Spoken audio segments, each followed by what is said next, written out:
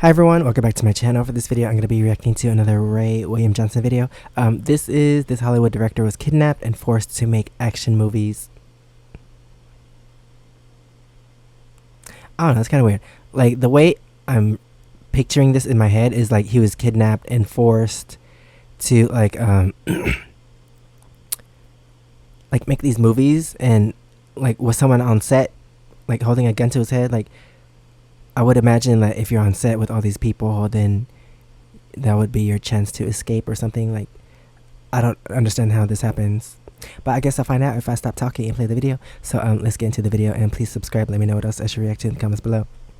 And yes, I know the lighting is weird. It's because it's a rainy day and the window in front of me isn't shining any light. Do you remember those Three Ninjas movies from the 90s? Did you know the director involved in those got kidnapped and was forced to make movies for North Korea?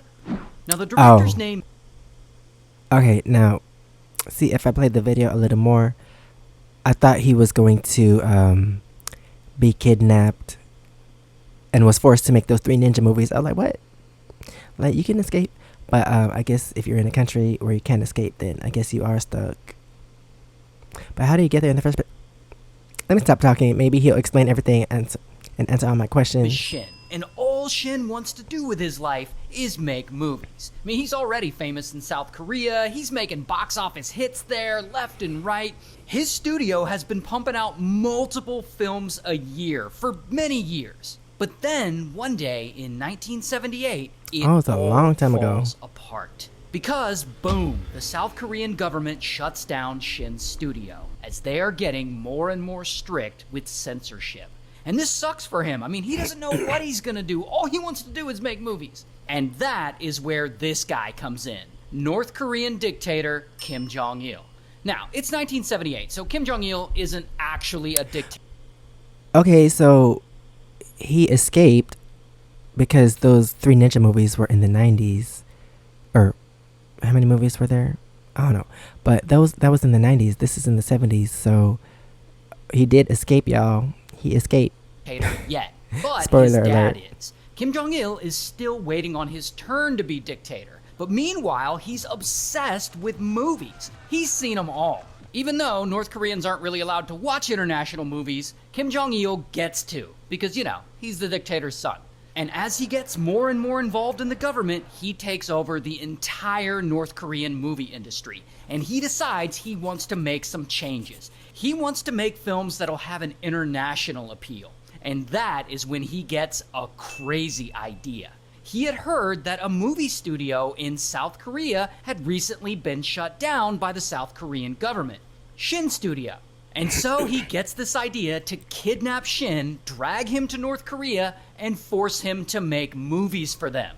So, how's he gonna do that?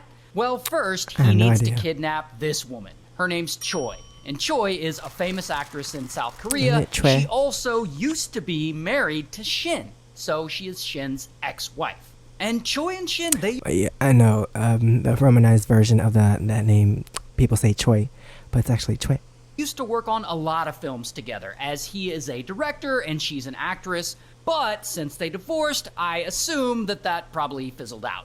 So anyway, Kim Jong-il has someone on his team reach out to Choi pretending to be a wealthy businessman who wants to do a film project. How y'all get her number? And so Choi's like, sweet, a film project! And so she travels from South Korea all the way to Hong Kong to this beach where she's supposed to meet with this wealthy businessman. And so she's there, and suddenly, two speedboats start heading toward the shore. And when they get there, boom, they jump out and they grab her, and they sedate her, and they throw her in the boat, and they speed away. A week later, that boat arrives in Pyongyang, North Korea, and Kim Jong-il is there. And they have no, like, water patrol, like, water police, or whatever they're called, coast guards or whatever, I don't know. No one saw anything. No one saw anything happen. No witnesses. No, I don't know. Greets her like she is an honored guest, not a kidnapping victim. And he puts her in a luxurious villa that is, of course, guarded 24/7. And he takes her on tours. Also, what would you do if that happened to you? Like, you get kidnapped and you're taken to another country, like North Korea or something, and they treat you like a VIP guest, would you still be scared, or would you be like, wait a minute, it's kind of nice? What would you do? And this is nice and all, but of course Choi is freaking out because she still has no idea why these guys kidnapped her. Then, 6 months later, Shin travels from South Korea over to Hong Kong to look for Choi. You know, Choi was his ex-wife, but they were still friends. And so he's out looking for her because, she went missing. And so once he gets to Hong Kong, bam, someone suddenly puts a sack over his head. Wait, what?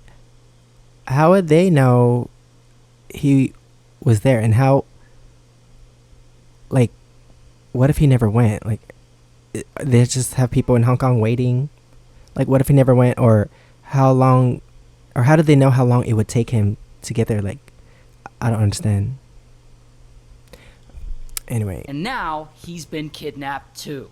Now, once Shin arrives in Pyongyang, North Korea, Kim Jong-il is there and he gives him the VIP. And even after, like, I'm guessing there was no witnesses, because wouldn't they be on high alert, like people getting kidnapped in Hong Kong? I don't know. Treatment too, lavish accommodations and tours and whatnot. But Shin, he's a fighter. He's like, fuck all this. And pretty quickly, he tries to escape. And bam, he gets caught. And then he tries again. And bam, he gets caught again. And so... And also, he's VIP, so they can't harm him, so... Eventually, this all gets much worse for him. Oh. Because he keeps trying to escape. And so they eventually throw him in prison. And while he's there, they force him to watch North Korean propaganda as they are trying to indoctrinate him. And during this prison time, Shin and Choi, they never hear about each other. They have no idea what's going on. They have no idea the other one is even there in the country. And they still have no idea why they were kidnapped in the first place and brought there. Why didn't you tell him? And so 4 years go by. Dang. And it's now 1983. And Shin is finally released, as they decided that he is now re-educated enough. And so Kim Jong-il invites him to a dinner party, and he shows up, because, he has to. And there he sees his ex-wife, Choi, who had also been invited to that party. And they're both like, holy shit, have you been here the whole time too? Now, during this party, Kim Jong-il finally explains to them exactly why he 4 years here. later. He tells them that they both work All for him late. now, and that they're gonna make movies for him, and that Shin is gonna direct and produce while Choi will be the star of these movies. And so, that's what they do, because, they have no other choice. They gotta make these thinly veiled propaganda films for Kim Jong-il. So Choi and Shin, they start working on these North Korean movies. And pretty quickly, Kim Jong-il suggests that they get remarried. And he's the dictator's son, so they gotta do it. And they do. They get remarried. Anyway, so they're making these movies, and their studio keeps growing. Dang. Because Kim So this was in the 80s at this point, and like we don't have the technology that we have today. So I wonder, like, obviously they live together, right? So I wonder, like, what conversations they had when they were like home. It's just them, like, this guy's crazy. Like, what are we gonna do? Like, I wonder if they were plotting their plan to escape or something. Like, that's crazy. But luckily, they were married once before and they were still friends. So like, they still have that connection, kind of.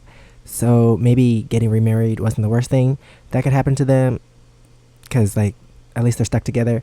But dang, I wonder what they would talk about when they were alone and away from these other people. Neil is giving them tons of resources, and soon this studio has over 700 employees. And Shin is directing, and Choi is starring in them, and Kim Jong-il names himself executive producer because, of course, he does. And by 1984, they release their first feature film.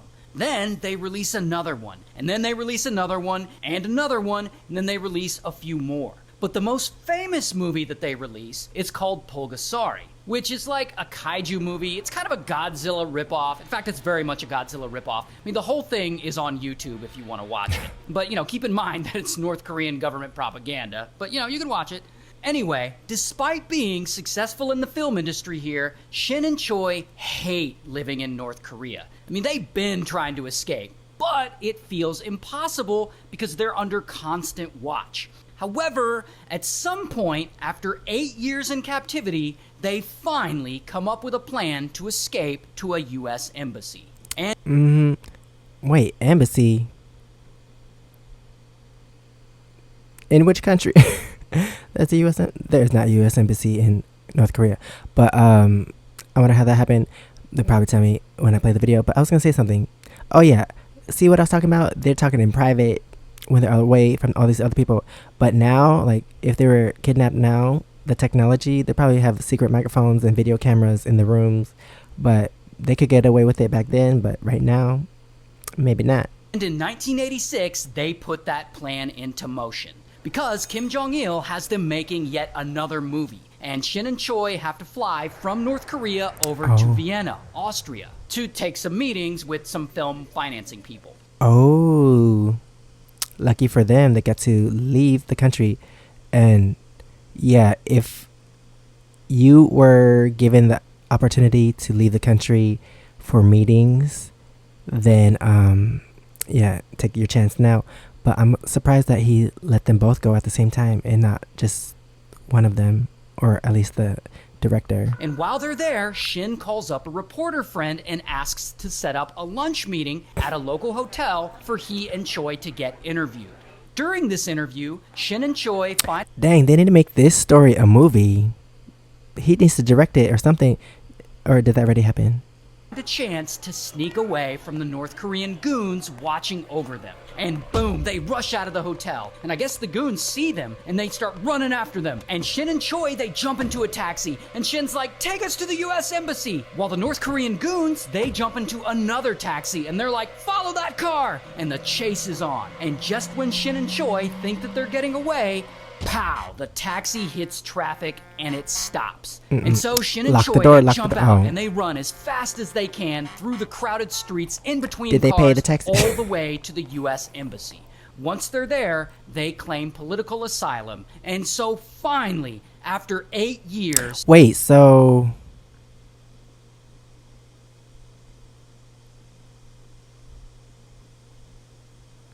I don't know, why they go to the U.S. Embassy and not, like,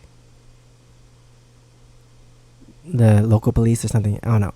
But, I guess they also speak English because they went to the U.S. Embassy. They're safe.